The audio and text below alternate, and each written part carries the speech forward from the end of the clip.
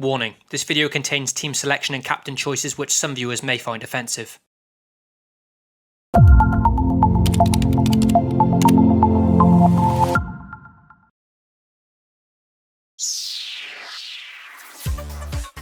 Hey guys, and welcome back to FPL TV. Thank you to everyone who has supported this channel over the years and helped me to reach 5,000 subscribers on New Year's Eve of all days. A great way to start 2018, so thank you again and Happy New Year to all of you. With a 9-day break in between game weeks, I figured now was a good time to update you guys on how my side's doing this season and how things went for game week 22. Over Christmas, I had a couple of exceptional game weeks, courtesy mainly of back-to-back Harry Kane hat-tricks, which had brought my team to an overall rank of 76k. As you can see in game week 21, I dropped Harry Kane, who had no fixture, for a 1-week punt on Chelsea's Morata, which ended up being a miserable decision. With Harry Kane now having a double game week, I was obviously keen to bring him back, along with some of his Spurs teammates. In order to load up on Tottenham players, and also some from West Ham, it was going to cost me at least minus 12 in points, which wasn't exactly ideal. Pretty bad preparation for the double game week. With question marks over the fitness of Kevin De Bruyne and Mohamed Salah, along with some of the other players in my squad, the free hit chip was becoming more and more appealing.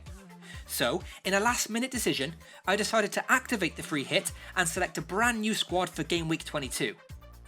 I'm a little bit disappointed to use it this soon, as I feel there will be better opportunities later in the season to use the free hit when multiple teams have double game weeks, but considering my injury hit squad and the lack of double game week players at my disposal, I couldn't help but pull the trigger. So let's take a quick look at my free hit team for game week 22 and see how they performed. West Ham's Adrian came in goal for me for 1 week, with his double game week in mind, alongside Masuaku. In all honesty, I was banking on a West Ham clean sheet in the first of their 2 games, at home to West Brom, but that wasn't to be, and it was a bit of an ask to get defensive returns in their second game against Spurs. Adrian made 7 saves in that second game though, which bumped up his points to a respectable 6, which isn't bad considering he didn't keep any clean sheets. Otamendi and Duffy completed my free hit defence, who were 2 players that I expected to keep clean sheets in their respective games, but no success there, and overall pretty poor returns from all of my defence. To make things worse, I dropped Marcus Alonso for this free hit week, and he continued his fine goal scoring form against Arsenal.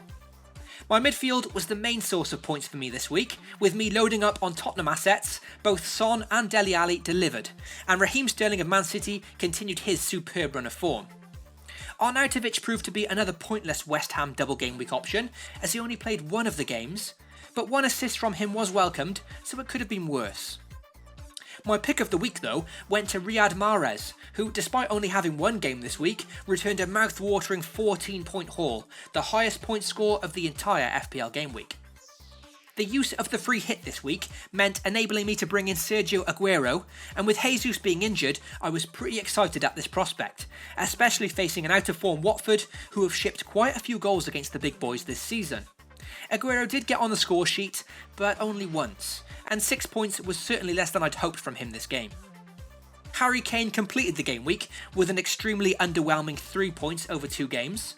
Surprisingly, this abysmal return hasn't bothered me too much, probably because of the slight relief I feel that I didn't use the triple captain on him. Before enabling the free hit, I strongly considered triple captaining Kane for this game week, and for the unlucky managers that did, I'm sure it feels like a complete waste now, especially after his back-to-back hat-tricks prior to these games. So overall, my free hit in game week 22 saw my team pick up 74 points in total, which has seen my side rise to a respectable 34k. The fact I was able to load up on double game week players without having to take any hit to my points really helped me this week. However, when a jumbo-sized double game week comes along later in the season, perhaps I'll be feeling a small sense of regret that I no longer have the free hit available. Nonetheless, it's a decent score and a decent rise in the rankings. But now that my team reverts back to how it was before game week 22, it's safe to say that my team will need a little bit of work before the next deadline hits, especially without owning Harry Kane and currently having underperforming Richarlison and Morata in my side.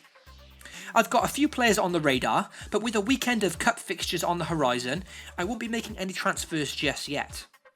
I'm also going to have to wait on injury news concerning Mohamed Salah, along with a few other players in my squad, so this will certainly change and shape the transfers that I make next week. As always, thank you for taking the time to watch this video. Now that the crazy festive period is behind us, I should be back with a lot more consistent content for the upcoming game weeks, so be sure to get subscribed and stay tuned to FPL TV. The Point Predictor will return next week, hopefully alongside a preview of my transfers and team selection. Take it easy all, and FPL responsibly.